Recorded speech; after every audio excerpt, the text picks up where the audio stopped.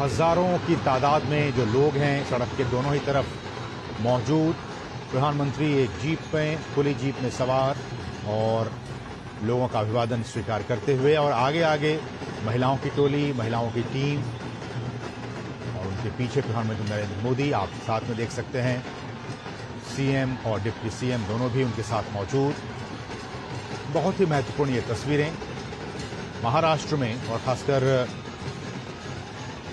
जिन सीटों पर अभी वोटिंग बाकी है,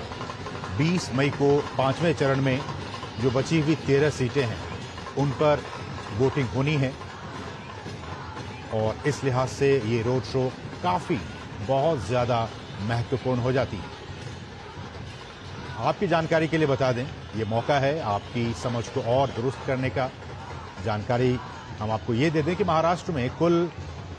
जो लोकसभा की सीटें हैं वो 48 लोकसभा की सीटें हैं, और अब तक 4 चरणों में 35 सीटों पर वोटिंग हो चुकी है, और 20 मई को 5वें चरण में जो बची हुई 13 सीटें हैं उन पर वोटिंग होगी। और उस लिहाज से जिन सीटों पर वोटिंग होनी है 5वें चरण में, उस लिहाज से इस रोड शो को आप जोड़ कर देखिए तो बहुत ही महत्वपूर्ण ये बातें हो जाती है और ये तस्वीरें हो जाती है। प्रधानमंत्री नरेंद्र मोदी, आज हमने देखा भी कि किस तरह से उन्होंने जनसभा को भी संबोधित किया महाराष्ट्र में। इस दौरान उन्होंने जो विपक्षी गठबंधन है उन पर जमकर उन्होंने हमले किए, निशाना साधा। और शाम के वक्त, इस वक्त प्रधानमंत्री ये सीधी तस्वीरें मुंबई से आप देख पा रहे हैं, जहां वो एक रोड शो में शामिल हो रहे हैं। और आप देखिए इन तस्वीरों में दोनों ही तरफ, सड़क के दोनों ही तरफ हजारों की तादाद में लोग प्रधानमंत्री की एक झलक पाने के लिए मौजूद हैं, और साथ साथ एकनाथ शिंदे और देवेंद्र फडणवीस भी उनके साथ इस रोड शो में शामिल हो रहे हैं। और ये जो इलाका है जहां इस वक्त प्रधानमंत्री रोड शो कर रहे हैं, ये मुंबई उत्तर पूर्व लोकसभा सीट में ये आता है। और ये जो मुंबई उत्तर पूर्व लोकसभा सीट है, इस सीट पर बीजेपी का सीधा मुकाबला जो शिवसेना यूबीटी है, उद्धव ठाकरे गुट, उनके साथ है, कांटे की टक्कर है। इस वक्त प्रधानमंत्री मुंबई उत्तर पूर्व लोकसभा सीट में मौजूद हैं और यहां पे इस रोड शो में शामिल हो रहे हैं। और इसी सीट पर यहां, जैसा कि हमने कहा कि बीजेपी की टक्कर जो है वो शिवसेना यूबीटी गुट के साथ है। और 5वें चरण में 20 मई को यहां पे चुनाव होने वाले हैं। और इस सीट से, मुंबई उत्तर पूर्व लोकसभा सीट से, जहां की इस वक्त प्रधानमंत्री मौजूद हैं, यहां से बीजेपी ने गुजराती मूल के जो मिहिर कोटेचा हैं उनको उन्होंने उम्मीदवार बनाया है। और बीजेपी के सामने शिवसेना यूबीटी के संजय दीना पाटिल वो खड़े हैं, उन दोनों के बीच में चुनौती है। और इस क्षेत्र में जो भांडुप है, घाटकोपर है, विक्रोली और कांजूर मार्ग, यहां पे कहा जाता है कि शिव सैनिकों का पुराना गढ़ है ये। लेकिन इस इलाके में गुजरातियों समेत जो बाकी जो प्रवासी हैं उनकी भी अच्छी खासी तादाद है, वो यहाँ के वोटर्स हैं। और इसीलिए चूंकि गुजराती का यहाँ ज्यादा प्रभाव है, गुजराती अच्छी खासी तादाद में रहते हैं, इसलिए बीजेपी ने मिहिर कोटेचा को, जो कि गुजराती मूल के हैं, उनको यहां से बीजेपी ने अपना उम्मीदवार बनाया है। और इन सीट की बात की जाए तो जिन 13 सीटों पर वोटिंग होनी है उनमें मुंबई मेट्रोपॉलिटन रीजन की 10 सीटें भी शामिल हैं। धुले एक सीट है, डिंडोरी, नासिक, एमएमआर, जैसा कि हमने कहा कि मुंबई मेट्रोपॉलिटन रीजन, ये तमाम सीटें। हमारे साथ हमारे सहयोगी शिशिर वे इस वक्त इस रोड शो को कवर कर रहे हैं, मौजूद हैं। शिशिर, हम देख पा रहे हैं कि इन तस्वीरों में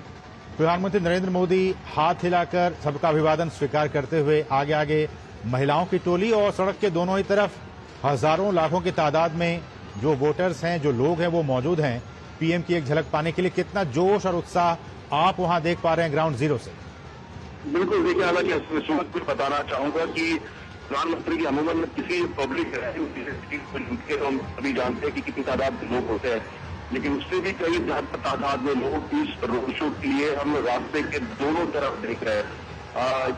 इस वक्त ये रोड शो जहां से गुजर रहा है, आपने ठीक फरमाया कि ये मुंबई नॉर्थ ईस्ट का इलाका है, सीट एक कॉन्स्टिट्यूएंसी है और काफी इलाका माना जाता है। हालांकि इसके बावजूद हम देख पा रहे हैं कि लोग जो है बड़ी तादाद में यहाँ पर प्रधानमंत्री को देखने के लिए, उनकी एक झलक पाने के लिए यहाँ पर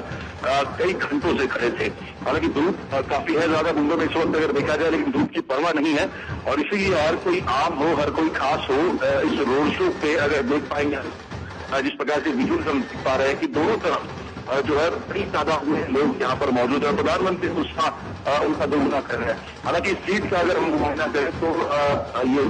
मुंबई की अगर इस पर्टिकुलर सीट के बारे में बात करें तो यहाँ पर गुजरात को इलाका है, लेकिन साथ ही सिर्फ गुजराती बहुल नहीं, क्योंकि एक सम्मिश्र बस्ती हम कह सकते हैं जिसमें मराठी भी उतनी तादाद में है, बाकी अन्य जो लोग हैं वो उतनी तादाद में है। तो ऐसे में काफी महत्वपूर्ण होता है ये। एक जमाना था यहाँ पर अगर देखा जाए तो ये शिवसेना का गढ़ भी माना जाता है, लेकिन इसी गढ़ में अगर देखा जाए पिछले कुछ समय से अगर देखा जाए तो बीजेपी ने अपनी ताकत बढ़ाई है। फिर चाहे वो पिछला लोकसभा का चुनाव हो या फिर पिछले हम बात करें तो विधानसभा के चुनाव में अगर देखा जाए तो जो किया है बीजेपी द्वारा इसी जो इलाके से चुन कर आया है घाटकोपर विक्टोरिया कांचुरमा वो इलाका है, बीजेपी के जो वोटर्स है तादाद काफी मुंबई के रियासतम सड़कों में से एक सड़क जहाँ से इस वक्त प्रधानमंत्री का ये पूरा काफिला गुजर रहा है। हम देख पा रहे हैं कि दोनों तरफ जो है लोग यहाँ पर खड़े हैं और दूसरी हमारी बात इसमें ये भी है कि लोग नहीं बल्कि लोगों के लिए उनके मनोरंजन के लिए हम देख पा रहे हैं कि जो लोक नृत्य है महाराष्ट्र का, खासतौर पर मुंबई का जो कोली लोगों का हालांकि पूरी कहा जाए तो बस्ती थी मुंबई सबसे पहले उनके द्वारा बताई गई थी, तो उसकी झलक भी इस रोड शो में दिखाई दे रही है। सिर्फ मराठी नहीं बल्कि जैसे मैंने कहा सम्मिश्र इलाका है ये, तो ऐसे में जो दक्षिण भारत के लोग भी है बड़ी तादाद में यहाँ पर रहते हैं, तो वो भी लोग जो है रास्ते पर उतरा है। जहाँ से रास्ता गुजरता है वह लंबी इमारतें भी है, कुछ अगर देखा जाए ऊंचे ऊंचे टावर्स भी है, लेकिन लोग इस वक्त खिड़कियों पर छज्जों पर चढ़कर हालांकि प्रधानमंत्री मोदी की झलक पाना चाहते हैं। हालात ये है कि जहां पर रास्तों में अगर देखा जाए तो गाड़ियों में ट्रैफिक जाम हुआ करता था, आज इन्हीं रास्तों पर देख पा रहे हैं कि लोग जो है बड़ी तादाद में यहाँ पर दिखाई दे रहे हैं। दरअसल ये ऑफिस छूटने का वक्त होता है, लेकिन लोगों को उसकी परवाह नहीं है क्योंकि जिस प्रकार से उनका उत्साह देख रहे हैं, ट्रेडिशनल अटायर हो, सब कुछ लोग जो है देखने आए, इनका स्वागत करने आए हैं। बिल्कुल। तो ऐसे में हम समझ पा रहे हैं कि इस वक्त इस इलाके में बीजेपी का कितना बड़ा जोर है और ये जोर आजमाइश है इस वक्त प्रधानमंत्री, मुख्यमंत्री और मुख्यमंत्री और प्रधानमंत्री के साथ इस रोड शो में सम्मिलित हो चुके हैं। हालांकि तकरीबन किलोमीटर का ये पूरा रोड शो होगा। बिल्कुल बिल्कुल, तो हम देख पा रहे हैं तस्वीरों में किस तरह से लोगों का जोश और उत्साह है और जो लोग हैं वो अभिवादन कर रहे हैं और अभिवादन स्वीकार करते हुए इन तस्वीरों में आप देख सकते हैं प्रधानमंत्री नरेंद्र मोदी को। हमारे साथ हमारे एक और सहयोगी नीरज सिंह भी ग्राउंड जीरो पे मौजूद हैं। नीरज, ये तस्वीरें भी काफी महत्वपूर्ण हैं और इससे पहले भी हमने देखा है कि जब भी प्रधानमंत्री किसी भी शहर में, भारत के किसी भी कोने में हो, चाहे वो उत्तर में हो, दक्षिण में हो, पूरब में हो, पश्चिम में हो, देश के किसी भी हिस्से में जाते हैं और इस तरह से रोड शो करते हैं, जनसभाएं करते हैं, लोगों का काफी हुजूम उसमें उमड़ता है, महिलाएं बढ़ चढ़ कर आती हैं और आप चूंकि वहां ग्राउंड जीरो पे मौजूद हैं, क्या कुछ बता पाएंगे वहां से? ठीक है, बिल्कुल। और ये हुजूम असीम बताता है कि कितना प्यार अपने प्रधानमंत्री को जो लोग हैं वो देश भर के देते हैं। आप देखें कि जहां पर भी प्रधानमंत्री इस तरह के रोड शो करते हैं, तमाम जो लोग हैं वो उनको देखने के लिए, उनके पास पहुंचने के लिए कह सकते हैं कि ललायत रहते हैं। और जब महिलाओं की बात आती है, असीम आपने देखा होगा कि प्रधानमंत्री के रोड शो में एक सामान्य सी तस्वीर आपको दिखाई देती है कि महिलाएं बड़ी संख्या में उनकी आरती उतारती हैं। सामान्य पे आप देखें कि फूलों की वर्षा उनके ऊपर होती है, लेकिन जहां जहां प्रधानमंत्री जाते हैं बड़ी संख्या में महिलाएं आरती उतारती हुई तस्वीरें आपको उस रोड शो में दिखाई देती है। ये बताता है कि महिलाएं कितना अपने प्रधानमंत्री का आदर करती हैं, अपने प्रधानमंत्री की जो बातें हैं, प्रधानमंत्री की जो योजनाएं, उन पर कितना विश्वास करती हैं। आप देखें कि ये वो महिला है जो पहले घरों में रहती थी और कुछ अपॉर्चुनिटी नहीं रहती थी, आर्थिक रूप से कमजोर रहती थी, लेकिन तमाम तरह की योजनाएं जिस तरीके से केंद्र सरकार ने, मोदी सरकार ने इन महिलाओं को लेकर जो लेकर आए, उसका जो फायदा है इनको मिला और वही कह सकते हैं कि जो महिलाएं आपको रोड शो में दिखाई दी देती है। आप देखें कि कच्चे घरों में रहती थी, उन महिलाओं के नाम पक्के घर किए गए। आप देखें उन महिलाओं को स्वावलंबी बनाने के लिए स्व सहायता समूह के माध्यम से एक बड़ी जो रकम है वो महिलाओं के खातों में पहुंची और आज महिलाएं अपने पैरों पर खड़ी हो रही हैं। तो ये प्यार है और प्रधानमंत्री नरेंद्र मोदी की योजनाओं का जो लाभ है वो महिलाओं को मिलता है। आप देखें कि किस तरीके से महाराष्ट्र की महिलाएं कर्तव्य दिखाकर प्रधानमंत्री का जो स्वागत है वो कर रही हैं। बड़ी संख्या में आप देखें दोनों तरफ जो रोड के दोनों तरफ ऊंची ऊंची नीरज ये तस्वीरों में हम जो देख पा रहे प्रधानमंत्री पीछे मुड़कर उनका काफिला इस वक्त रुका हुआ है, ये क्या चल रहा है? देखिए पीछे बड़ी संख्या में लोग हैं और खासतौर से महिला और युवा हैं जो मोदी मोदी की जो आवाज है वो काफी देर से लगा रहे थे और प्रधानमंत्री उस आवाज को सुनकर थोड़ी देर के लिए रुके और वहां पर महाराष्ट्र के अलग अलग हिस्सों से ये कह सकते हैं कि जो कलाकार हैं वो अपनी कला का प्रदर्शन कर रहे हैं और इस समय जो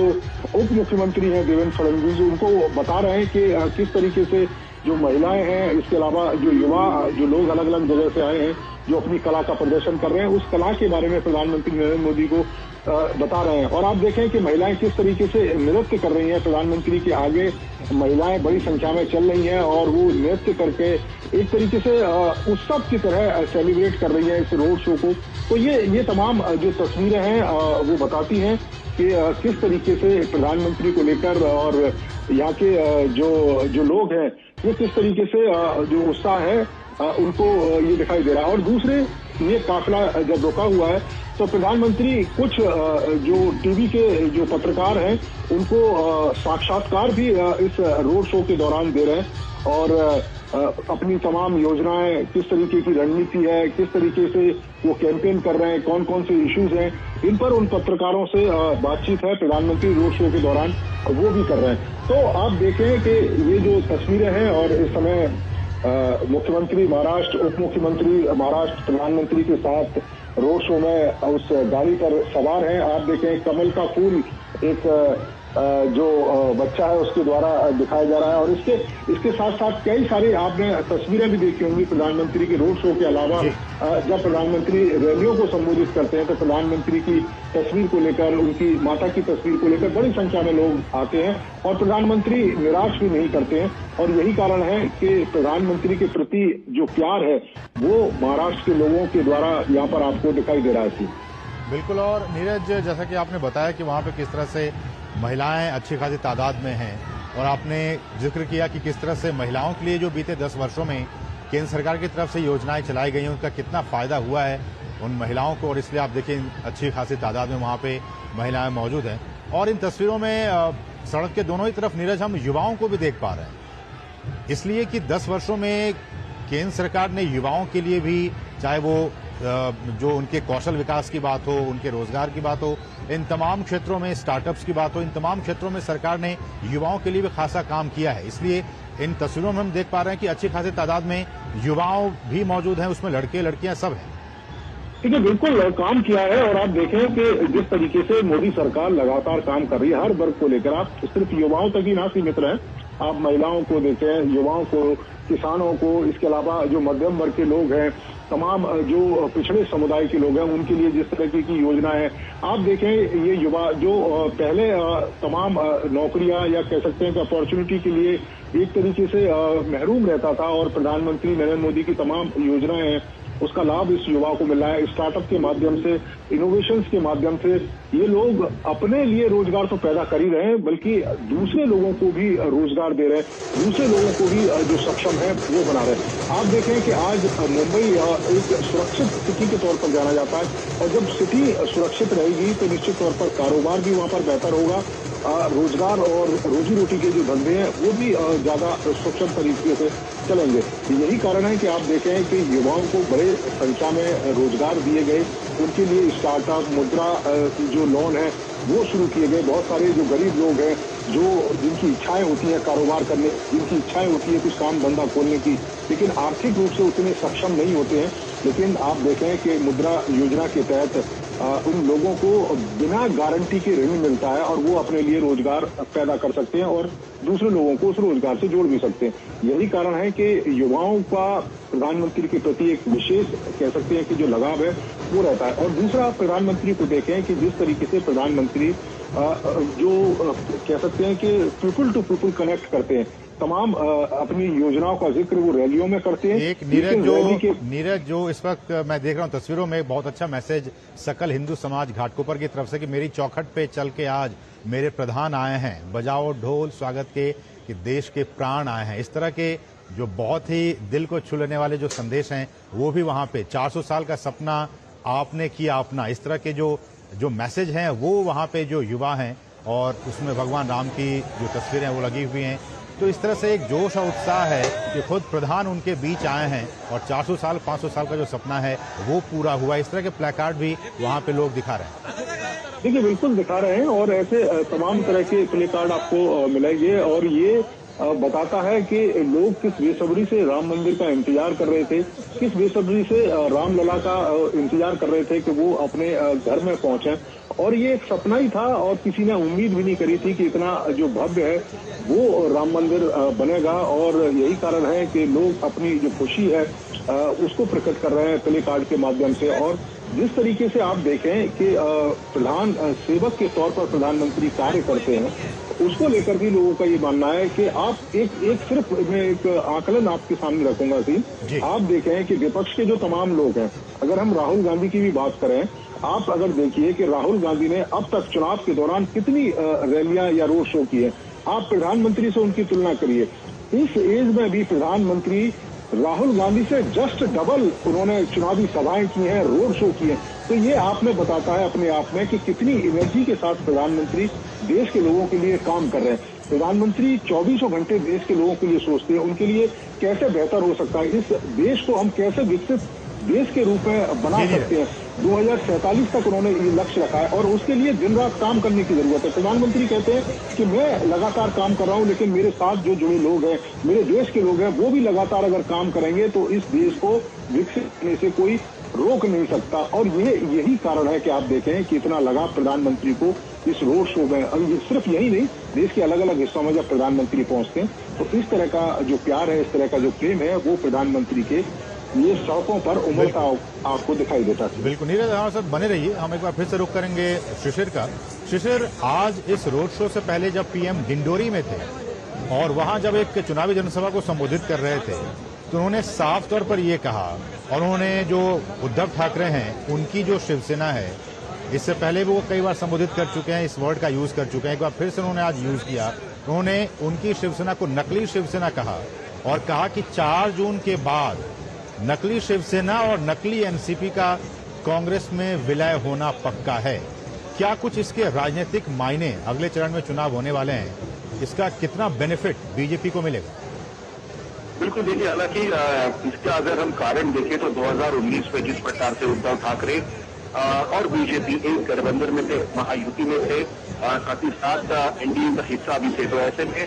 लोकसभा के चुनाव जब हुए तो लोकसभा के चुनाव में दोनों पार्टियों ने एक साथ मिलकर जो ये चुनाव लड़े थे और जो सीट उस वक्त मिली थी वो काफी अच्छी सीट सत्ताई पाकर और दोनों पार्टियों को उठाकर उस वक्त मिला था। उसके बाद विधानसभा के चुनाव आए। विधानसभा चुनाव में हमने देखा कि फिर से दोनों पार्टियां एक साथ जो है आकर यहाँ पर लड़ती हुई दिखाई दी थी। उसका भी फायदा जो है दोनों पार्टियों को यहाँ पर हुआ, एक अच्छा नंबर उनको मिला राज्य की विधानसभा। हालांकि उसके बाद अपने सबने देखा किस प्रकार से उद्धव ठाकरे जो है उन्होंने अपना सत्ता अलग चुना और एनसीपी और कांग्रेस के साथ उन्होंने सत्ता में जो है गठबंधन कर लिया। हालांकि यही बात अगर देखा जाए बीजेपी को खटक रही थी। उन्होंने कई रूप से अगर देखा जाए बीजेपी के नेताओं ने कहा कि अगर आपको अलग से लड़ना ही था, अगर आपको कांग्रेस तो हमारे साथ एक साथ मंच अच्छा नहीं करना चाहिए था, जो उस वक्त मांगे थे मोदी जी के मंच से भी। हालांकि मोदी जी भी उस वक्त जो है चुनावी रैली में थे, तो ऐसे में वो नहीं करना चाहिए। इसके बाद जिस प्रकार से हमने देखा कि दोनों ही पार्टियों की, लेकिन इस बात रहे हैं कि बीजेपी जाहिर सी बात है कि जिस प्रकार से दोनों पक्षों की आइडियोलॉजी है, जिस प्रकार से दोनों पक्ष सालों से काम करते आ रहे थे, तो ऐसे शिवसेना का एक जरूर चाह रहा था कि वो जो है बीजेपी के साथ यानी एनडीए के साथ आगे बढ़े। तो ये कारण है कि बीजेपी इस प्रकार से हमने देखा कि शिवसेना में 2 फाड़ हो चुके थे।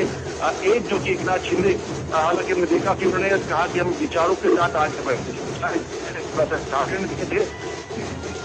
बढ़ रहे वाला की बात यही थी कि मैं कांग्रेस के साथ बिल्कुल नहीं जाऊंगा। उन्हीं विचारों को लेकर एकनाथ शिंदे कहते हैं कि वो आगे बढ़ रहे हैं और जो विचारों का साथ था, एक विचारों के साथ था। और इसीलिए इस बार उन्होंने देखा कि किस प्रकार से 2020 में सत्ता परिवर्तन, 21 में सत्ता परिवर्तन हुआ और एकनाथ शिंदे जो है फिर से बीजेपी के साथ आ गए। तो ऐसे में बीजेपी भी स्पष्ट किया कि विचार दूसरी बात ये दिखाती है कि उन्होंने कहा कि असली शिवसेना कौन, असली शिवसेना कौन। तो इसमें अगर देखा जाए तो आंकड़ों की बात करें तो हालांकि आंकड़े अगर देखा जाए तो इलेक्शन कमीशन के सामने इलेक्शन कमीशन ने सभी चीजों को है। तो ऐसे में जो दूसरी शिवसेना है वो कौन है, तो इससे प्रधानमंत्री आगाह है तो असली शिवसेना वो हमारे साथ है। और जो शिवसेना नवी विचारों के साथ अलग हुई है वो उद्धव ठाकरे की। हालांकि इसमें अगर देखा पड़ेगा कि किस प्रकार से उद्धव ठाकरे हो या फिर हम बात करें खासतौर पर एकनाथ शिंदे की बात करें, एकनाथ शिंदे ने इस बार देखा जाए 15 सीटें जो मिली है और प्रधानमंत्री ने जिस प्रकार से बीजेपी प्रत्याशियों का चुनाव अगर देखा जाए पूरा एक रैली उन्होंने निकाली थी, सपोर्ट किया था, पब्लिक मीटिंग्स की थी, रोड शो किए थे, उसी प्रकार के जो उनके अलाइज है, मतलब एकनाथ शिंदे के जो प्रत्याशी है उनके लिए भी प्रधानमंत्री जो है विदर्भ का दौरा किया, उन्होंने मराठवाड़ा का किया। हालांकि जिस हमने कहा कि वो लोग पश्चिम महाराष्ट्र है वहां पर भी बड़े तादाद पर वो आए और अब मुंबई की हम बात कर रहे हैं तो मुंबई में प्रधानमंत्री आए। तो ऐसे में प्रधानमंत्री ने स्पष्ट कर दिया है कि उनके साथ वही शिवसेना है जो पिछले 25 सालों से बीजेपी के साथ थी, महायुति में थी। ये उनका कहने का स्पष्ट विषय और लोगों के सामने जब प्रधानमंत्री जाते हैं तो इसी बात को लेकर जाते हैं कि विचारों में कोई जो है अंतर नहीं है और इसीलिए जो इस वक्त लोग हमारे साथ है उसी विचारधारा पर काम कर रहे हैं और चल रहे हैं। तो अब ये लोगों के पाले में गेम है कि लोग क्या सोचते हैं। हालांकि लोगों ने, जैसे मैंने पहले कहा कि लोगों ने उनको चुन के दिया था कि इसकी विचारधारा की पार्टियां हैं और ऐसे में उनको विधानसभा में पिछली अच्छे बहुमत मिले थे और साथ ही अगर देखा जाए तो एक अच्छा आंकड़ा इन दो शिवसेना हो या फिर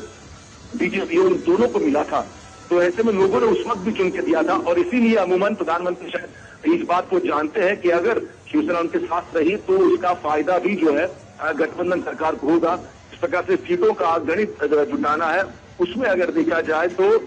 एकनाथ शिंदे की शिवसेना जो है, जो अपनी शिवसेना का जिक्र वो करते हैं, उसका भी बड़ा रोल, अहम रोल महाराष्ट्र में होगा। और इसलिए हमने देखा कि पिछली बार से ज्यादा इस बार रैलीज की है। हालांकि लोग ये कहते हैं कि इस बार रैलीज की संख्या ज्यादा है, लेकिन हम ये भी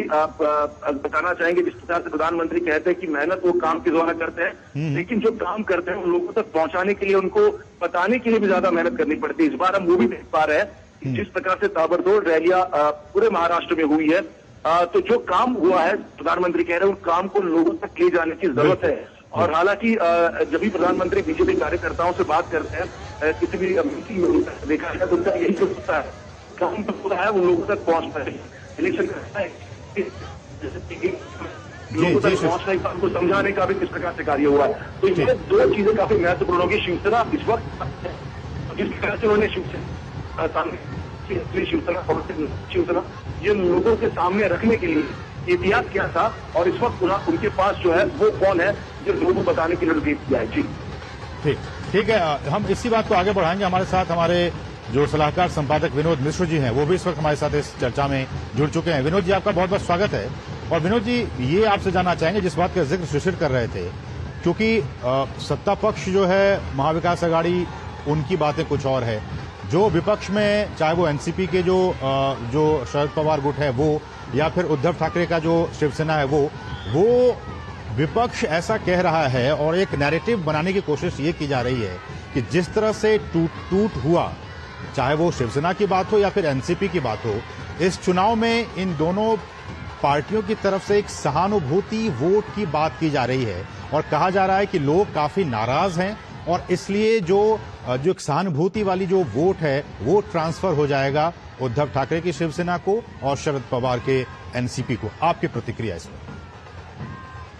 अभी मैं अभी शिशिर की ही बात को थोड़ा सा आगे बढ़ाता हूं आपके सवाल पे आने के लिए। ये देखिए, ये मुंबई का आज ये पहली बार पीएम मोदी का ये रोड शो है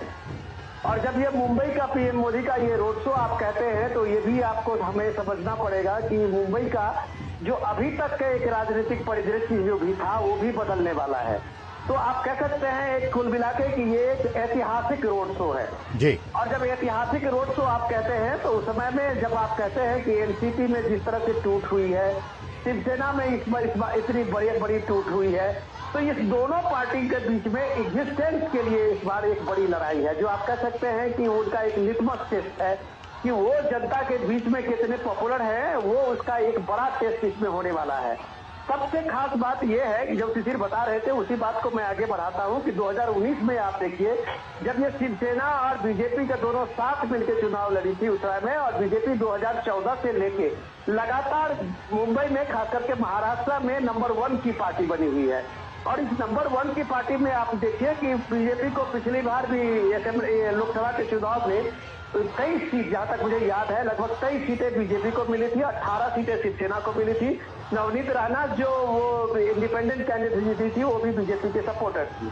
और इस बार परिदृश्य बदला ये है कि वो शिवसेना जो उद्धव है उसके 2 फांट हुए हैं, उसमें से वो एकनाथ शिंदे बाहर हुए हैं। एकनाथ शिंदे क्या जो शिवसेना कैडर है या शिवसेना के जो बड़ी तादाद में विधायक निकले और उसके बाद वहां पे जो सरकार बनी महायुति की, उसका भी परिदृश्य आपको देखना होगा। तो उनके हाथ में शिवसेना उद्धव के हाथ में सिर्फ एक सिंपैथी के अलावा कोई एक बड़ा मुद्दा नहीं है। वो ये कह सकते हैं कि हमारी ये टूट हुई है, हमारी ये सारी चीजें हुई है, लेकिन जनता के नजर में वो कोविड के समय से लेके और बाद के समय तक में जो उद्धव ठाकरे का शासनकाल रहा है उनकी आक्रमण्यता भी उनके सामने में है। वो चीफ मिनिस्टर पूरे टेन्योर में शायद ही कोई किसी दिन सचिवालय गए होंगे। तो ये सारी चीजें लोगों के जहन में है। अब ये सवाल तो लिटमस टेस्ट की जब मैं बात कर रहा था तो देखिए इस मुंबई में पहली बार ऐसा है कि शिवसेना के दोनों धड़ा आमने सामने है। 3 सीट में एकनाथ शिंदे और उद्धव सेना के शिंदे जो है वो आमने सामने में है। तो ये आप ये कह सकते हैं कि एक अस्तित्व की बड़ी लड़ाई है दोनों शिवसेना के बीच में कि असली सेना कौन। जब प्राइम मिनिस्टर मोदी अब कहते ही अभी कल्याण की सभा में कहते हुए ये नकली सेना से सावधान रहने की जरूरत है, तो उसके पीछे उनका एक तर्क है कि अगर ये सहानुभूति उनके लिए काम करते हुए नजर आती तो महाराष्ट्र के पॉलिटिक्स में जिसको सबसे बड़ा चाणक्य ये माना जाता है शरद पवार को, तो शायद उनको ये कहने की जरूरत नहीं पड़ती कि आने वाले टाइम में जो छोटी मोटी पार्टियां हैं उसका कांग्रेस में विलय हो जाएगा। तो यही बात पीएम मोदी ने आज यहाँ की पब्लिक रैली में उठाया था। क्या बाला साहब ठाकरे का शिवसेना, क्या उनकी वो पार्टी और उनका स्वाभिमान आज कांग्रेस के पार्टी में विलय होने जा रहा है, ये एक दुखद पहलू है। जब प्राइम मिनिस्टर मोदी बाला साहब ठाकरे की बात करते हैं तो आप उसी तरह से देखिए कि शिवसेना शिंदे जो है वो अपना सिंबल को लेके बाला साहब ठाकरे को ही माना है। तो ये असली और नकली शिवसेना का भी टेस्ट इस लोकसभा के चुनाव में होना है। हो सकता है कि 6 महीने के बाद असेंबली के चुनाव में जो भी परिदृश्य निकले, लेकिन ये सारी लड़ाई जो आप देख रहे हैं वो लोकसभा से का कम विधानसभा चुनाव के लिए ये सारी क्षत्रिय पार्टियां अपने पूरे दम खम के साथ लगी हुई है। लेकिन हमें यह नहीं भूलना चाहिए कि ये लोकसभा का चुनाव है और यहाँ का खास करके मुंबई का मतदाता 5वें चरण में सिर्फ ये मुंबई का ही रह गया है और इसके बाद शायद महाराष्ट्र का ये पोल फेज खत्म हो जाता है पोलिंग का। तो इस मुंबई के जो मतदाता है वो हमेशा राष्ट्रवादी रहे हैं। राष्ट्र के प्रति, देश के प्रति, एक मजबूत प्रधानमंत्री के प्रति, एक स्थिर सरकार के प्रति उनका एक डेडिकेशन रहा है। यह देश मुंबई जो है वो देश की आर्थिक राजधानी है, कारोबारी राजधानी है और मुंबई ने इस 10 सालों में जो प्रगति देखी है इंफ्रास्ट्रक्चर के रूप में, कनेक्टिविटी के रूप में, मेट्रो नेटवर्क के रूप में, तो मुझे नहीं लगता है कि मुंबई का जो है वो मुंबई वाले किसी भी रूप में शिवसेना का वो लिटमस टेस्ट के लिए वो अपनी तरफ से किसी भी तरह का योगदान देंगे, क्योंकि उनको ये बात का पता है कि नरेंद्र मोदी उनके सामने में एक टेस्टेड प्राइम मिनिस्टर हैं। बिल्कुल विनोद जी, इसी से जुड़ता हुआ एक और सवाल कि जो महाविकास अघाड़ी के जो लोग कह रहे हैं और कुछ विपक्ष के लोग ये भी वहां कह रहे हैं कि चलिए बीजेपी ठीक है, लेकिन बीजेपी से जो वहां के जो लोग हैं, जो वोटर्स हैं, उतने नाराज नहीं है। ये मैं अभी कहीं पढ़ रहा था, उसमें कहा कि लोग बीजेपी से ज्यादा नाराज नहीं है इस चुनाव में। सबसे ज्यादा अगर नाराज हैं तो ये एकनाथ शिंदे से हैं और अजीत पवार से हैं। वो इसलिए कि उन्होंने ये जो टूटन हुआ पार्टी में चाहे वो शिवसेना की बात हो या फिर एनसीपी की बात हो, इन्होंने उसमें बढ़ चढ़कर हिस्सा लिया। इसलिए लोग ज्यादा बीजेपी से कम और इन दोनों ही लोगों से ज्यादा नाराज हैं। देखिए, ये परसेप्शन की बात है और नैरेटिव की बात है। अगर आप इसके पलट को देखिए कि पूरे के पूरे एनसीपी का जो एग्जिस्टेंस है वो अजीत पवार के हाथ में था। अजीत पवार ही उस पूरे पार्टी का नेटवर्क से लेके पूरे पार्टी को एक तरह से आप लीड करते हुए दिखते थे, भले ही शरद पवार का नाम था।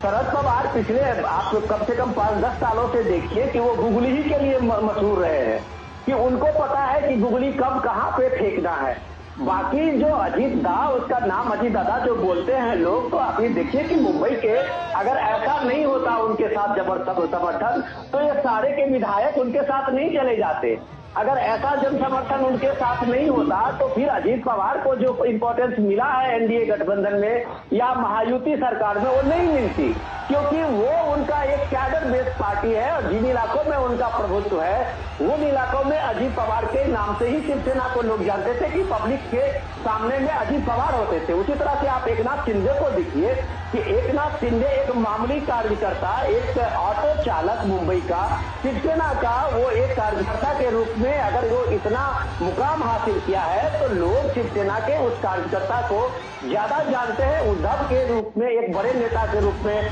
आदित्य ठाकरे के रूप में, उनका एक परिवार का ही ज्यादा ये है। तो आप कुल मिला के कह सकते हैं कि ये परिवार की जो वहाँ पे अपना एग्जिस्टेंस है उसको चुनौती दिया है। उसको चुनौती अजीत पवार ने दिया है, उसको चुनौती एकनाथ शिंदे ने दिया है। अब इसका नैरेटिव जो लोग नाराज में कह रहे हैं वो एक तरह से सिंपैथी के लिए कह रहे हैं और उस सिंपैथी के लिए शरद पवार का नाम आगे किया जाता है। लेकिन लोगों को पता है कि शिवसेना शरद पवार ने अपने पीछे पॉलिटिकल कैरियर 40 साल के पॉलिटिकल कैरियर में आज तक ऐसा कोई भी लीडर नहीं रहा जिसको उन्होंने धोखा नहीं दिया है। तो उनकी विश्वसनीयता क्या है, इस बात की चर्चा तो हम बाद में करेंगे, लेकिन प्राइम मिनिस्टर मोदी की क्रेडिबिलिटी को लोगों को पता है कि प्राइम मिनिस्टर मोदी जिसने जो कहा वो किया।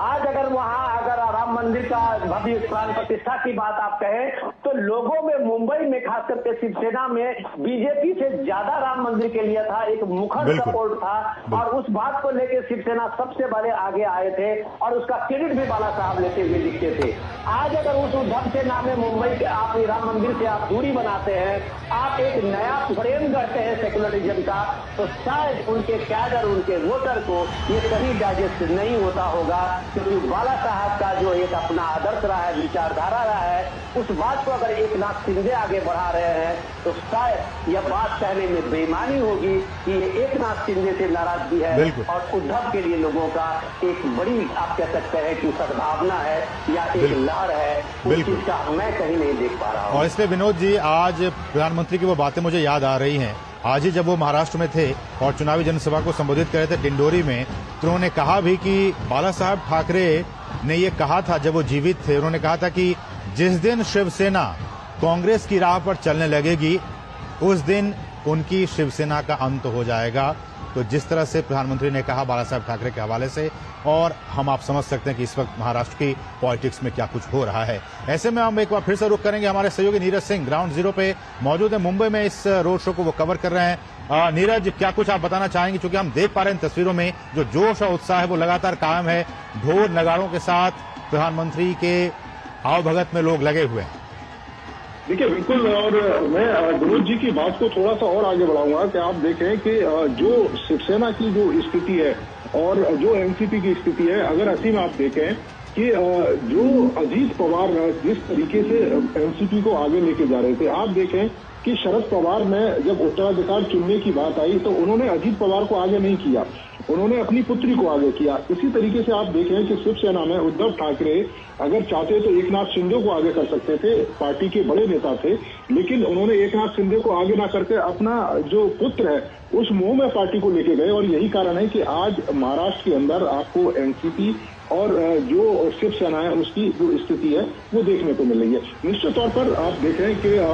प्रधानमंत्री जब इस बात का जिक्र करते हैं कि वो देश के लोगों के लिए लगातार जो कार्य है वो कर रहे हैं, और आप देखें इस समय प्रधानमंत्री का काफिला रुका हुआ है, और जैसा कि हम असीम आपको जिक्र भी कर रहे थे कि प्रधानमंत्री मीडिया के कुछ लोगों के साथ जो इंटरव्यू है वो भी इस रोड शो के दौरान दे रहे हैं। और ये जो दृश्य आपको दिखाई दे रहे हैं कि महाराष्ट्र में जिस तरीके से घाटकोपर इलाके में जो लोग हैं, आप देखें कि 400 पार में लोगों ने 450 पार के जो पुलिस कार्ड हैं वो भी वहां पर शो कर रखे, जो बताता है कि प्रधानमंत्री को लेकर किस तरीके का विश्वास यहाँ के जो लोग हैं वो व्यक्त कर रहे हैं। आप देखें कि इस इलाके की अगर हम असीम बात करें, ये एक ऐसा इलाका है, कारोबारी इलाका है और बड़ी संख्या में जो अलग अलग देश के अलग अलग हिस्सों के जो लोग हैं वो इस इलाके में रहते हैं। खासतौर से आप देखें कि गुजराती समुदाय के लोग भी यहाँ पर आपको मिलेंगे, जो पंजाब से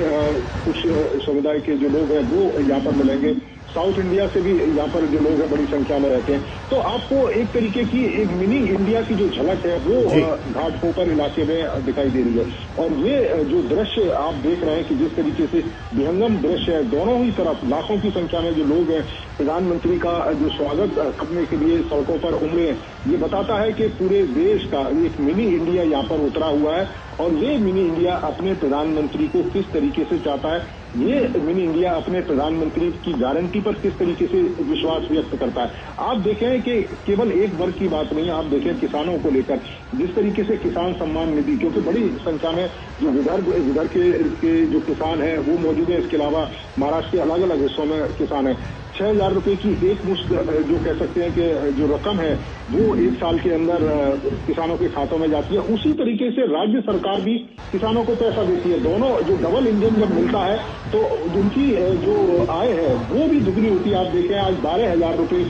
किसानों को यहाँ पर मिल रहे हैं। इस तरीके से अगर आप देखें कि युवाओं के लिए तमाम तरह के स्टार्टअप यहाँ पर शुरू हुए, एक तरीके से आर्थिक नगरी है, बड़े पैमाने पर अर्थतंत्र यहाँ से पूरे देश का यहाँ पर चलता है। बॉलीवुड यहाँ पर मौजूद है और उस बॉलीवुड में काम करने के लिए लाखों की संख्या में जो लोग हैं उनको रोजगार मिलता है। केवल जो हीरो है वही एक्टिंग नहीं करता, तमाम हीरो के पीछे ये कह सकते हैं कि ऑफ कैमरा तमाम लोग होते हैं जिनको बड़े पैमाने पर रोजगार मिलता है, क्योंकि बड़ी संख्या में यहाँ से पिक्चरें बनती है। आप देखें कि बड़ी बड़ी मल्टीनेशनल जो कंपनीज हैं उनके यहाँ पर ऑफिस है, उनमें लाखों की संख्या में जो लोग हैं वो यहाँ पर काम कर रहे हैं। आप देखें कि महिलाओं को लेकर जिस तरीके से रोजगार के तमाम साधन उपलब्ध कराए गए हैं, उन महिलाओं को जो घर की चार दीवारी में रहती थी आज ऑफिसों में जाकर वो काम कर रही है, लोगों के साथ कंधे से कंधे मिलाकर आगे बढ़ रही है। आप अगर यहाँ पर देखें कि जिस तरीके से विकास की तमाम योजनाएं प्रधानमंत्री ने पिछले 10 सालों में महाराष्ट्र के अंदर जिस तरीके से शुरू की है, चाहे रोड कनेक्टिविटी की बात हो, रेल कनेक्टिविटी की बात हो,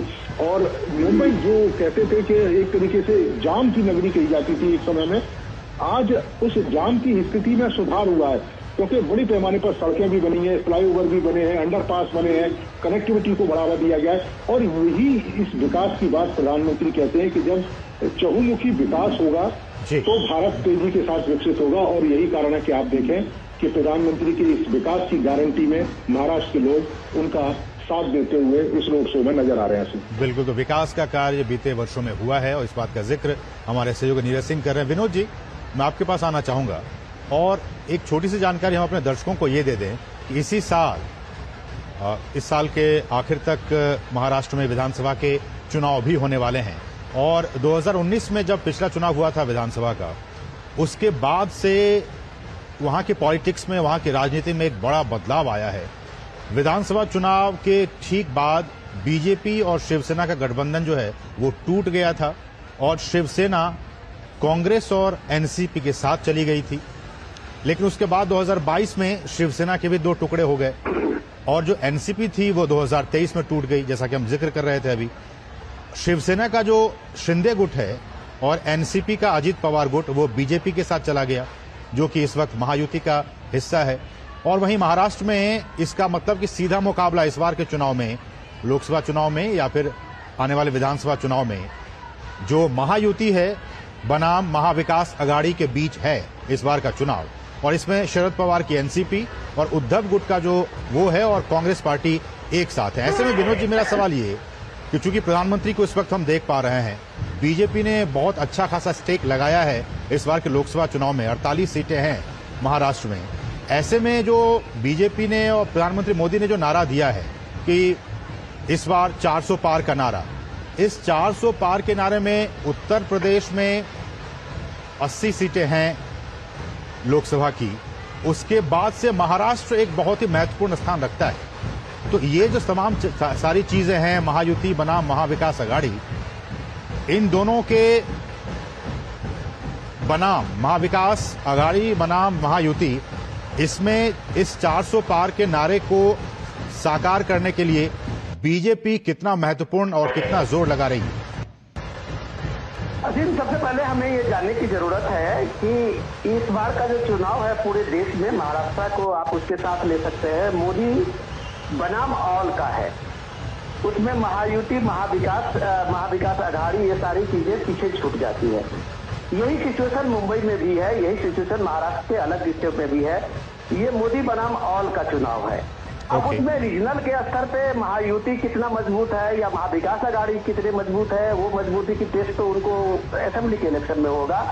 लेकिन इस इलेक्शन में जहां तक मैं देख रहा हूं और समझ रहा हूं, मैं थोड़ा सा नीरज की बात को बहुत बढ़िया इनपुट दे रहे थे, मैं नीरज की ही बात को थोड़ा आगे बढ़ाता हूं। इसके बाद मैं आपके सवाल को जवाब देने की कोशिश करूंगा। जो इम्पोर्टेंट ये है, जो नीरज बता रहे थे कि जो काम बोलता है,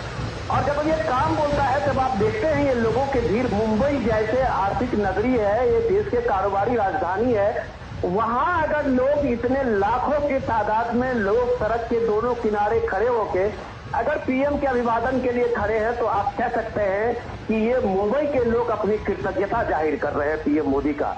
वो चाहे इंफ्रास्ट्रक्चर डेवलपमेंट का हो, वो चाहे आतंकवाद का जो मुंबई का सिलसिला था, आपने देखा होगा, हमने सारी दुनिया उस बात को पता है, 26/11 के धमाके का, उसके बाद वो ट्रेन का ब्लास्ट, वो सारी चीजें। तो वो जो एक गारंटी है पीएम मोदी का कि उसके बाद आपने देखिए कि एक बम तो दूर, एक पटाखा तक कहीं नहीं फूटा। तो ये गारंटी और ये आश्वासन जो कारोबारी राजधानी में छोटे कामगार को लेके और बड़े उद्योगपति को मिलता है, फिल्म इंडस्ट्री को मिलता है, बॉलीवुड को मिलता है, ये सारे लोगों को मिलता है, तो जाहिर सी बात है, आप कह सकते हैं कि मुंबई देश के सबसे बड़ा जीडीपी देने वाला अगर शहर है, तो मुंबई को एक आर्थिक विकास के साथ साथ उसकी सुरक्षा का भी केंद्र सरकार में, मोदी सरकार ने पूरी तरह से ख्याल रखा है। जहां आप ये कह सकते हैं कि जो वर्ल्ड क्लास जो इंफ्रास्ट्रक्चर की बात आप कहते हैं, तो वर्ल्ड क्लास इंफ्रास्ट्रक्चर अगर किसी को मिला है तो सबसे ज्यादा मुंबई और मुंबई के आसपास के सारे इलाके को मिले हैं। क्या बात, इंफ्रास्ट्रक्चर में मोदी सरकार का बजट 11 लाख करोड़ से ज्यादा है, और उस 11 लाख करोड़ का बजट आप देखें कि मुंबई के और उसके पास के आउटस्कर्ट जो है वो कितना सिमट गया है। एक आप अगर एक इंफ्रास्ट्रक्चर, बड़े इंफ्रास्ट्रक्चर की बात करें, तो सबसे बड़ा इंफ्रास्ट्रक्चर जो था उसका मुंबई ट्रांस था, जो हार्बर लिंक था। आप उसकी बात करें कि एक नवी मुंबई, जो मुंबई से घंटों लगता था लोगों को जाने में, उसकी दूरी ये हार्बर जो लिंक है वो बनने से, मुंबई ट्रांस लिंक बनने से 20 मिनट पहुंच गई है। ऐसे अगर आप मुंबई और पुणे का डिस्टेंस देखिए तो उसको कितने घंटों में नितिन गडकरी का वो इंफ्रास्ट्रक्चर डेवलपमेंट वहां किया है, सड़कों का जाल बिछा हुआ है। तो आर्थिक गतिविधि जहां बढ़ती है उस कारोबारी राजधानी में, तो उसका क्रेडिट कहीं न कहीं आपको कम से कम केंद्र में मोदी सरकार को देना होगा। और यही एक्नॉलेजमेंट है उस भीड़ का, जो उसकी गति बढ़ी है, उसकी स्पीड बढ़ी है। तो वो जो मोमेंटम बना है मुंबई का और शहर का, जो वर्ल्ड क्लास इंफ्रास्ट्रक्चर मिला है वहाँ के कारोबारी को, वहाँ के जो कामगार करने वाले लोग हैं, छोटे उद्योगपति हैं, ये वर्ल्ड क्लास इंफ्रास्ट्रक्चर ने मुंबई के आर्थिक राजधानी बनने का एक गौरव दिया है, जो गौरव और वो सपना इस दौर में हकीकत में बदला है। अब आपके मूल सवाल पे आता हूँ कि जब आप डिवीजन की बात करते हैं, तो ये डिवीजन आप देखिए कि कोई भी नेता है वो कम से कम इस बात को जानता है कि वो किसके साथ अलायंस कर रहा है। अगर ये स्थिति कांग्रेस की मजबूत होती तो कांग्रेस के वहाँ जो निवर्तमान अध्यक्ष थे वो रिजाइन करके शिवसेना में शामिल हुए हैं। कांग्रेस के जो सबसे बड़े कद्दावर लीडर मराठा के थे अशोक चौहान, वो वहां से रिजाइन करके बीजेपी में शामिल हुए हैं और सांसद बने हैं। ऐसे मिलिंद देवड़ा का आप नाम लीजिए, वो शिंदे के रूप में शामिल हुए हैं। गोविंदा का नाम लीजिए, कांग्रेस के पहले एमपी बॉलीवुड का, ये वहां मुंबई से बने थे, तो वो देखिए शिवसेना शिंदे के शामिल हुए हैं। तो वो अगर अपना भविष्य इस एनडीए अलायंस महायुति में देख रहे हैं, तो आप इस बात को खारिज नहीं कर सकते कि वहां महाविकास आघाड़ी का एक बड़ा एग्जिस्टेंस है जो कोई न कोई चमत्कार दिखाएगा। अगर चमत्कार दिखाने की हालत होती तो शायद कांग्रेस के जो कद्दावर लीडर है, आप संजय निरुपम को ही देख लीजिए, वहां मुंबई में कम से कम कांग्रेस के वो अध्यक्ष रहे हैं। इतनी मजबूत लड़ाई वो कम से कम पूर्वांचल से लेके और सारे जो बिहार के लोग हैं उनके एक सर्वमान्य लीडर रहे हैं और कांग्रेस को उनको कांग्रेस छोड़नी पड़ी है और वो शिवसेना शिंदे ग्रुप के साथ में आए हैं। तो आप अगर इस तरह का नेताओं का जो दौड़ भाग देखते हैं वहां पे, नेताओं का जिस तरह से देखते हैं कि एक तरह से होड़ मची है पार्टी छोड़ने की, उस हालत में ये सिर्फ नैरेटिव हम इसको कह सकते हैं कि जो बनाया जाता है कि महायुति के अगेंस्ट में महाविकास आघाड़ी अभी भी कायम है, तो ये बात किसी न किसी तरह से जब हम ग्राउंड पे लाते हैं तो वो बेकार साबित होती है, वो झूठ साबित होती है। अगर ऐसा नहीं था तो आप ये देखिए कि कांग्रेस के पास दो अपने, जहां से कांग्रेस लगभग 50 साल से चुनाव लड़ती रही है, वहां उसके दो कैंडिडेट नहीं मिले जो प्रिया दत्त ने मना किया था उसमें चुनाव लड़ने का। तो आप ये देखिए कि सिचुएशन ग्राउंड क्या है, जहां एक पार्टी को अपने एक मजबूत कैंडिडेट नहीं उतार पा रहा है और वो कैंडिडेट जो है वो सीधे शिवसेना के खाते में चला जा रहा है, उद्धव के खाते में चला जा रहा है। तो आप कह सकते हैं कि ये एक दूसरे का कंधा थामे हुए हैं। उस आंधी में बचने के लिए जो लगता है कि कहीं न कहीं हमारा मिल के साथ मिलने से, साथ रहने से कहीं हमारा वजूद बच जाएगा, और ये सिर्फ वजूद बचाने की लड़ाई है। और आज जो पीएम मोदी का रोड शो आप देख रहे हैं, मुंबई में जो 20 तारीख को चुनाव होने वाला है 5वें इसका सारे 6 पार्लियामेंट कंस्टिट्यूएंसी में, तो वो लोगों को एक तरह से लोगों ने इसका प्रोजेक्शन दिखाया है, आप कह सकते हैं टेलीविजन की भाषा में, कि ये चुनाव का कर्टेन रेजर है। ठीक है, ऐसे में शिशिर मैं आपके पास आना चाहूंगा, जैसा कि हमारे वरिष्ठ सलाहकार विनोद जी कह रहे हैं कि ये वजूद बचाने की लड़ाई है ये चुनाव। आपसे जानना चाहेंगे, चाहे वो शरद पवार की बात कह लें या फिर उद्धव ठाकरे की बात कर लें, 2024 का लोकसभा चुनाव क्या वाकई इन नेताओं के लिए अपने अस्तित्व की लड़ाई है, अपने वजूद की लड़ाई है?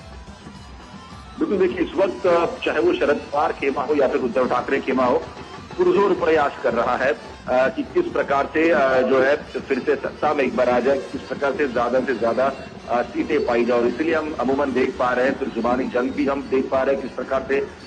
बिलो द बेल्ट भी कमेंट किए जा रहे हैं। हालांकि राजनीति में इससे पहले ऐसा स्तर था नहीं, लेकिन जिस प्रकार से अब राजनीति का स्तर अगर देखा तो वो एक चिंता की विषय जरूर है। और इसलिए फिर चाहे वो जिस प्रकार से हमने कहा कि दोनों खेमे चाहते हैं कि किस प्रकार से भी सत्ता में फिर से एक बार वापसी हो जाए या फिर ज्यादा से ज्यादा सीट मिले। कारण इसके पीछे का ये भी है क्योंकि 2019 में हमने जिस प्रकार से देखा था कि पर्दे के पीछे कुछ और चीजें चल रही थी, और जिस प्रकार से जो है शरद पवार खेमा हो या फिर उद्धव ठाकरे खेमा हो, कांग्रेस के साथ मिलकर उन्हें सत्ता स्थापित कर ली थी। तो ऐसे में इस बार भी हालांकि ये प्रयास जरूर रहेगा दोनों पार्टियों का कि किस प्रकार से जो है डिस्क्रेडिट किया जाए। एक बात विनोद जी जो आपने सवाल पूछा था कि क्या किस प्रकार से इस वक्त अगर देखा जाए तो एक नाथ शिंदे का कद महाराष्ट्र में, किस प्रकार से अजित पवार का कद महाराष्ट्र में, उसका एक उदाहरण देना चाहूंगा इसके पीछे में। कि प्रधानमंत्री की बात करें तो उनका रुख काफी स्पष्ट है और वो हमेशा कहते हैं कि जो परफॉर्मेंस करता है उनको उनका ज्यादा लक्ष्य होता है, और ऐसे लोग जो है उनके साथ अमूमन हम देख पाते हैं कि ज्यादा होते हैं। खास तौर पर अगर हम एक नाथ शिंदे की बात करें, एक नाथ शिंदे की महाराष्ट्र में इमेज है कार्यकर्ता की, एक ऐसे कार्यकर्ता जिसने कई साल शिवसेना में काम किया है, थाने से आते हैं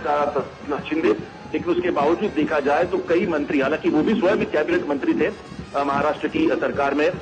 2014 से 2019 के बीच में अगर देखा जाए, और उसके बाद भी अगर देखा जाए जब सत्ता परिवर्तन हुआ उस वक्त भी एक नाथ शिंदे जो है मंत्री थे। तो ऐसे में इनको काम का किस प्रकार से काम किया जाता है पता है। और एक बात, महाराष्ट्र में जिस चर्चा हो रही है इंफ्रास्ट्रक्चर डेवलपमेंट, हालांकि उसमें अगर सबसे अग्रणी नाम अगर लेकर दिया जाए इस वक्त तो है समृद्धि महामार्ग, जो कि नागपुर से मुंबई जोड़ा जाता है। हालांकि समृद्धि महामार्ग को पूरा करने के लिए देवेंद्र फडणवीस ने अगर देखा जाए तो पुरजोर कोशिश की थी, लेकिन उनके पीछे भी कोई खड़े थे, कोई मंत्री, और जो मंत्रालय खड़ा था तो वो था एक नाथ शिंदे का मंत्रालय। तो ऐसे में ये बात प्रधानमंत्री काफी अच्छी तरीके से जानता है कि किस प्रकार से एक नाथ शिंदे, जो कि अभी मुख्यमंत्री बने हैं लेकिन एक कार्यकर्ता के रूप में वो किस प्रकार से कार्य करते हैं। और इसीलिए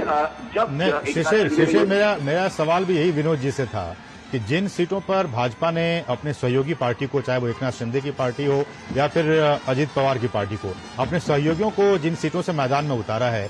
कहा यह जा रहा है, राजनीतिक विश्लेषक ये कह रहे हैं कि एक सहानुभूति के जो वोट है वो विपक्षी पार्टी को मिलता हुआ नजर आ रहा है, क्योंकि वो लोग कह रहे हैं कि बीजेपी का इसमें ज्यादा रोल नहीं है, लेकिन इन लोगों ने इस टूट में हिस्सा लिया इसलिए हम इसको वोट नहीं देंगे। क्या ये बातें सच है? कितना दम है इन बातों में? बिल्कुल मैं इसी बात पे आ रहा था। दरअसल ये प्रयास है कि परसेप्शन क्रिएट करने की कोशिश की जा रही है, या फिर हम ये कह सकते हैं कि सवाल भी उठाने की कोशिश की जा रही है। लेकिन जो इस वक्त लोग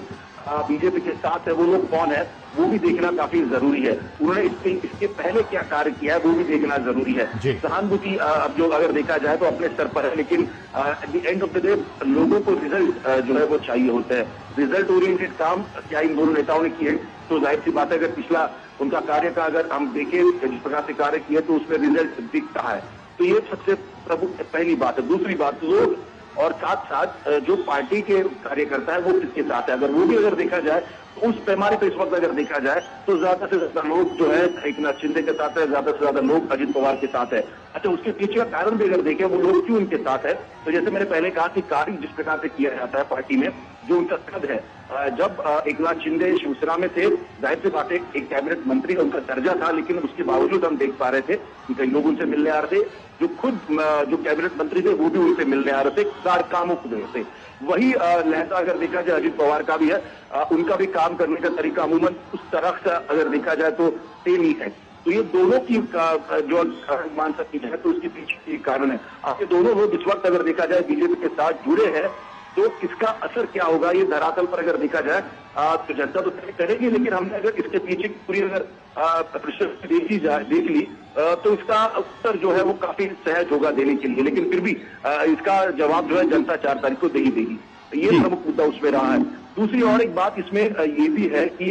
इस बार अगर देखा जाए तो आपने सही कहा कि आने वाले समय विधानसभा के चुनाव होने जा रहे हैं, लेकिन विधानसभा चुनाव से पहले लोकसभा चुनाव में अगर इस प्रकार से ताकत प्रधानमंत्री लगाते हैं, न ही सिर्फ भाजपा के प्रत्याशियों के लिए बल्कि एकनाथ शिंदे के प्रत्याशियों के लिए भी, और साथ ही साथ अजित पवार के लिए भी, जिस प्रकार से पूना में सभा होती है, जिस प्रकार से मराठवाड़ा में सभा होती है, जिस प्रकार से आज हमने देखा कल्याण में सभा हुई थी, तो ऐसे में ये काफी सीधा और सटीक प्रयास है भाजपा का ये कहने के लिए कि जो लोग हमारे साथ है उनके लिए प्रधानमंत्री जो है इस वक्त रास्ते पर उतरा है, सपोर्ट उनको पुरजोर किया जाएगा और उनको सशक्त बनाने का भी प्रयास किया जाएगा। क्योंकि ये भी सवाल उठाए जा रहे थे कि बीजेपी के साथ जो छोटी मोटी पार्टी आती है, जो राजनीतिक पार्टी आती है, खासतौर पर रीजनल पार्टीज आती है, उनका अस्तित्व क्या होता है, ये भी सवाल जो है विपक्ष द्वारा उठाए गए थे। तो हालांकि ऐसे में अगर देखा जाए तो जो सीटें चुन के आने वाली है वो एकनाथ शिंदे की पार्टी से जो है जीत के आने वाली है। महाराष्ट्र में ये भी कहा जा रहा था कि एकनाथ शिंदे जो है तकरीबन उनसे 8 या 9 या 10 सीटें मिलेंगी, लेकिन इस वक्त हम देख पा रहे हैं कि एकनाथ शिंदे जो है 15 सीटें जो है उसके आसपास वो लग रहे हैं महाराष्ट्र में। तो ऐसे में सीटों का अगर आंकड़ा देखें तो वो भी जो है दिया गया है। तो ऐसे में जो ये प्रयास करने का कोशिश की जा रही थी कि जो है रीजनल पार्टीज को जो है यहाँ पर बीजेपी खत्म करना चाहती है, तो उसका उत्तर जो है स्वयं बीजेपी ने दिया है। जिस प्रकार से सीटों का बंटवारा हुआ है, लोग ये कहते हैं कि छोटी रीजनल पार्टीज है उनके जो प्रत्याशी है उनको गिराने का प्रयास बीजेपी करती है। तो ऐसे में स्वयं प्रधानमंत्री इस वक्त जो है मैदान में है और जो उनके साथ अलाइड पार्टनर्स हैं उनके प्रत्याशियों के लिए भी जो है चुनावी सभा कर रहे हैं। तो इन सभी मुद्दों को टैकल जो है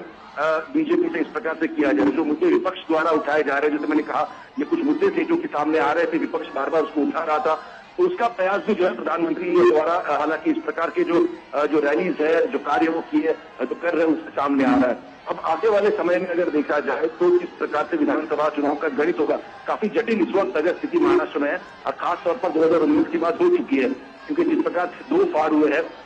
फिर चाहे वो एनसीपी हो या फिर हम बात करें शिवसेना की हो, तो ऐसे में कयास लगाना वैसे तो काफी मुश्किल है कि किस प्रकार से चुनावी गणित यहाँ पर बैठते हैं। लेकिन जहां तक बात करें कि कौन सी राह पर कौन सी पार्टी चल रही है, और अगर उसको अगर दिखा तो आने वाले समय में किस प्रकार से जो विजय संपादित कर पाएगी, ये भी अनुमान लगाना काफी कठिन नहीं होगा।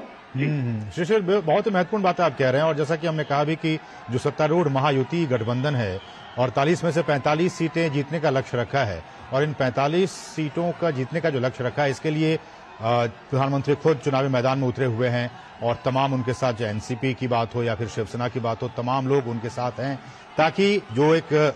सपना है प्रधानमंत्री का कि 400 पार हम जाएंगे, एनडीए 400 पार, उसके लिए महाराष्ट्र भी एक बहुत ही महत्वपूर्ण राज्य है उत्तर प्रदेश और बिहार के साथ साथ। ऐसे में हमारे साथ नीरज सिंह भी लगातार बने हुए। नीरज, आप इन चर्चाओं को सुन रहे हैं, आप अगर इसमें कुछ ऐड ऑन करना चाहें।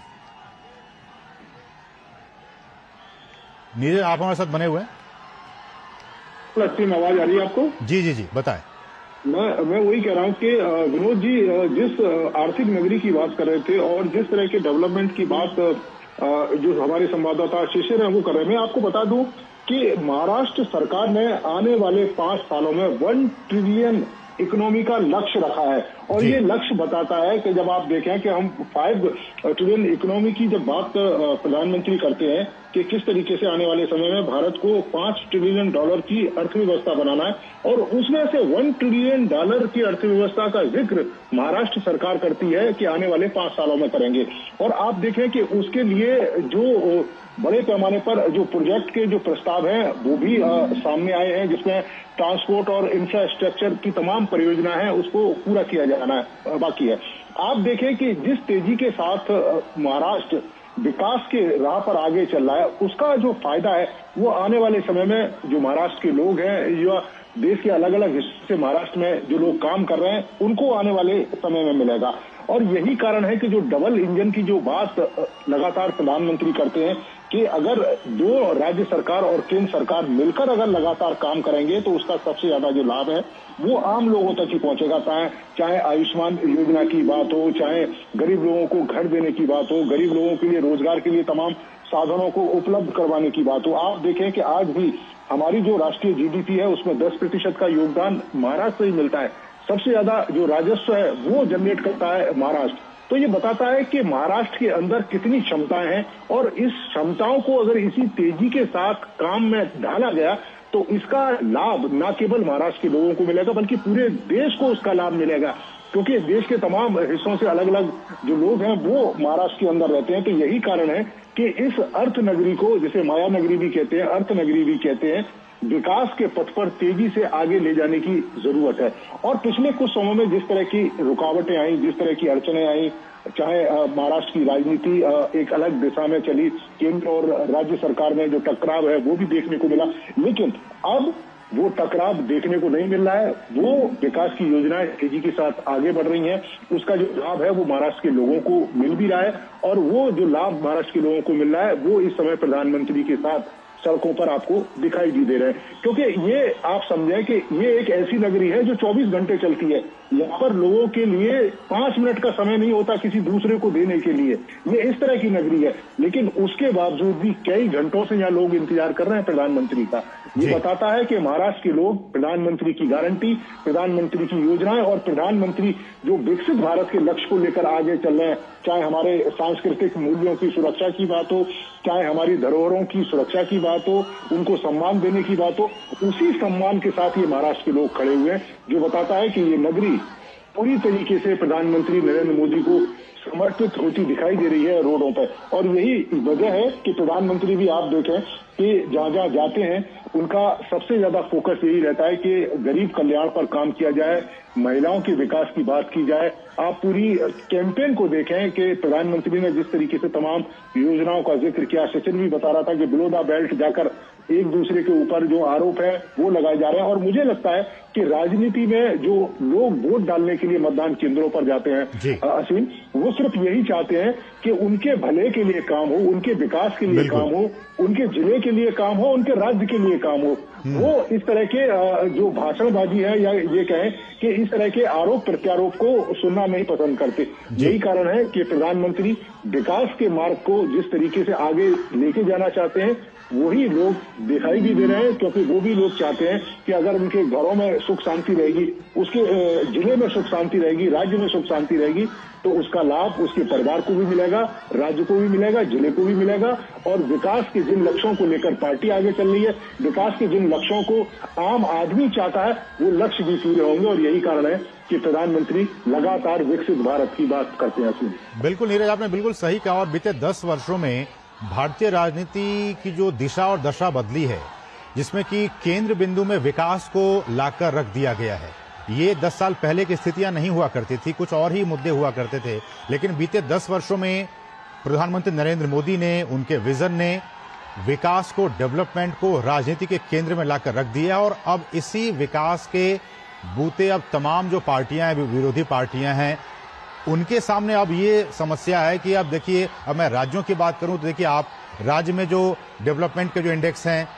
आपने उसमें कितना आगे बढ़ा, तो एक कॉम्पिटिटिव इंडेक्स की बात आई, कॉम्पिटिटिवनेस की बात आई तमाम राज्यों के बीच में। तमाम चुनाव में भी हमने देखा, चाहे वो यूपी के हो, बिहार के हो, किसी भी राज्य के हो, विकास एक बहुत ही महत्वपूर्ण मुद्दा इस केंद्र बिंदु में रहा। ये एक बहुत अच्छी पहल और एक अच्छी शुरुआत हुई भारतीय राजनीति में। लेकिन विनोद जी, एक और मसला और पॉलिटिकल चर्चा को आगे आपसे बढ़ाएं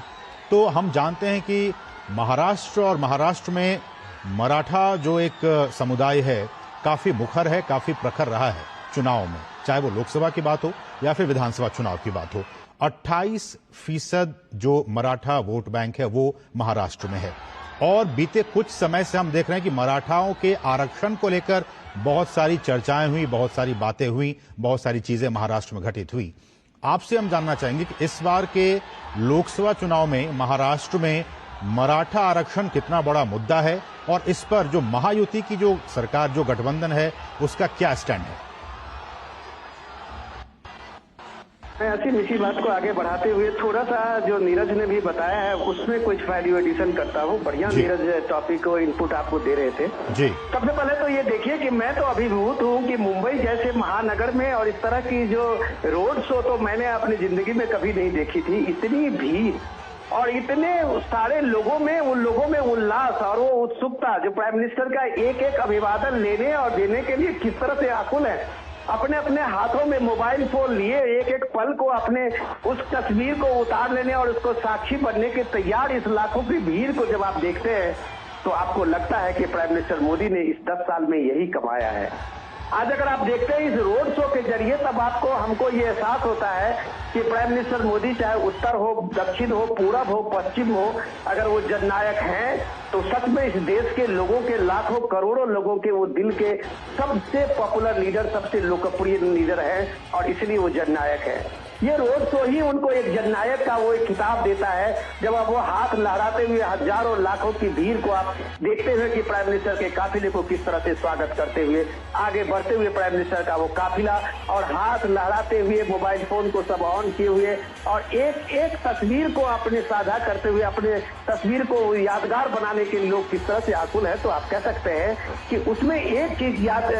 चर्चा में हमें करना जरूरी है कि आप देवेंद्र फडणवीस को भी देख रहे हैं। मुंबई में पिछले दशकों में, शायद इसीलिए इसको बेहतर बताएंगे, देवेंद्र फडणवीस ऐसे चीफ मिनिस्टर हुए हैं जिन्होंने 5 साल का टेन्योर पूरा किया है जी। मुंबई में आज तक ये कभी होता नहीं रहा है। मुंबई में चाहे कांग्रेस की सरकार हो, ये एनसीपी के साथ में मिला जुला के सरकार बनती थी, शरद पवार कभी भी वहां पे अपनी पार्टी की सरकार नहीं बना पाए हैं। हर समय में उनके साथ में एक मिली जुली ही का ये कॉम्बिनेशन हुआ करता था। तो वो सारी चीजें जब आप देखते हैं और इस समय में देवेंद्र फडणवीस के साथ में एकनाथ शिंदे हैं तो आप कह सकते हैं कि इस दौर का मुंबई में एक दोनों और खासकर अजीत पवार को भी ले लें तो ये पब्लिक के सबसे बड़े चेहरे हैं और वो जब इतना बड़ा फेस आपके सामने में होता है तब आप कह सकते हैं कि जो सेनापति है इस पूरे महाभारत के उस ये सत्ता के संग्राम का, तो उसके पीछे में वो सेनापति के साथ में वो बड़े योद्धा भी हैं जो महाराष्ट्र में उनकी अपनी भूमिका है। जहां तक आपने मराठा आंदोलन और मराठा की बात की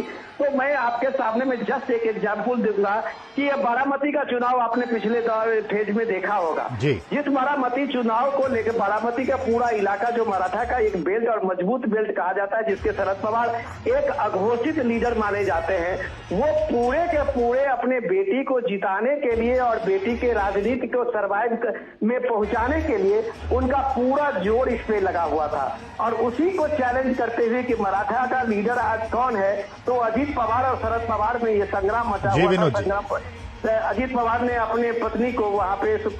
ये मुझे याद नहीं है उनका नाम, और अजीत पवार की वाइफ जो है वो वहां से खड़ी हुई थी। जी, तो जी,